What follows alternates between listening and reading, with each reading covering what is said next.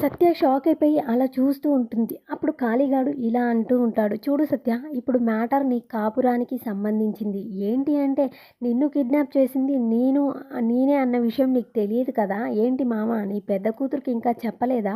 చూడు సత్య, నిన్ను కిడ్నాప్ చేసింది నేను, ఆ క్రిష్గాడు కాదు. క్రిష్గాడు చేసినట్టుగా నిన్ను మభ్యపెట్టాను. నా చేతి మీద టాటూ వేసుకున్నాను. ఎందుకో తెలుసా? వాడికి నిన్ను దూరం చేయాలని చెప్పి ఇలా చేశాను. ఇప్పుడు చెప్తున్నాను విను. క్రిష్గాడు కాదు నిన్ను కిడ్నాప్ చేసింది నేను. ఇప్పుడు కనుక వెళ్ళి ఈ మ్యాటర్ నేను క్రిష్గానికి చెప్పానే అనుకో, సరే అని చెప్పి వాడు నిన్ను కాపురానికి తీసుకెళ్తాడనుకున్నావా? ఎందుకంటే ఈ కాళీ అంటే ఏంటో ఆ క్రిష్కి బాగా తెలుసు. నిన్ను కిడ్నాప్ చేసి ఒక రాత్రంతా నా దగ్గర ఉంచుకొని నిన్నేమీ చేయకుండా కడిగిన ముత్యంలా ఉంచానని చెప్పి ఆ క్రిష్గాడు అస్సలు అనుకోడు.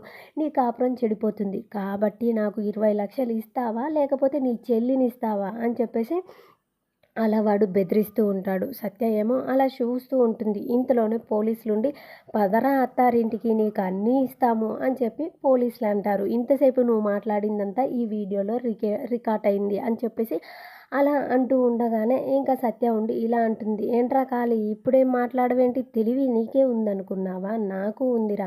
రెడ్ హ్యాండెడ్గా దొరికిపోయావు అని చెప్పేసి వాడి గల్లా పట్టుకొని పోలీసుల మీదకి విసిరేస్తుంది. పోలీసులు వెళ్ళి వాడిని పట్టుకోగానే వెంటనే సత్య వాళ్ళ నాన్న చేతిలో ఉన్న కత్తి లాక్కొని నిన్ను చంపేస్తాన్రా అని చెప్పేసి కాళీగాడి మీదికి వెళ్తుంది. వాడిని పొడి చేస్తాను అంటుంది. అప్పుడు సత్య వాళ్ళ నాన్న, నానమ్మ, చెల్లి ఆపుతూ ఉంటారు. అప్పుడు వెంటనే సత్య ఉండి, ఏంటి నాన్న, ఆడవాళ్ళని ఏడిపించే ఇలాంటి మృగాలని అస్సలు వదిలిపెట్టకూడదు. ఆ రోజు పరువు పోయి వీధిలో తలదించుకొని నడుస్తూ వస్తుంటే ఎంత బాధపడ్డామో మర్చిపోయావా నాన్న అని చెప్పి అనగానే ఆ కాళీగాడు చేతులెత్తి దండం పెడుతూ ఉంటాడు వదిలేయమని. ఇంకా పోలీసులు అయితే వాడిని పట్టుకొని వెళ్ళిపోతారు. ఇంకా సత్య వాళ్ళ చెల్లి తనని పట్టుకొని ఏడుస్తుంది. ఇంకా సత్య ఇలా అంటుంది, సరే నాన్న, నేను మళ్ళీ వస్తాను. ఇంట్లో వాళ్ళకి చెప్పకుండా వచ్చాను, కంగారు పడుతూ ఉంటారు అని చెప్పి వెళ్ళిపోతూ ఉంటే సత్య వాళ్ళ నాన్న పిలుస్తాడు. పిలిచి, చూసావా అమ్మ, అల్లుడు మంచితనం ఇప్పటికైనా తెలిసిందా? అందుకనేసి అల్లుడితో ప్రేమగా ఉండు. ఎవరినైనా అపార్థం చేసుకోవడం ఎంతో సమయం పట్టదు, కానీ వాళ్ళేంటో తెలుసుకోవడానికి చాలా టైం పడుతుంది.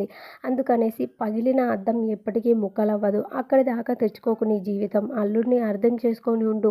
ఇంకా నీ సంసారం కలకాలం పచ్చగా ఉంటుంది అని చెప్పేసి సత్యకి కొన్ని మంచి మాటలు చెప్తాడు. సరే అనేసి సత్య అక్కడి నుండి ఇంకా క్రిష్ వాళ్ళ ఇంటికైతే బయలుదేరుతుంది.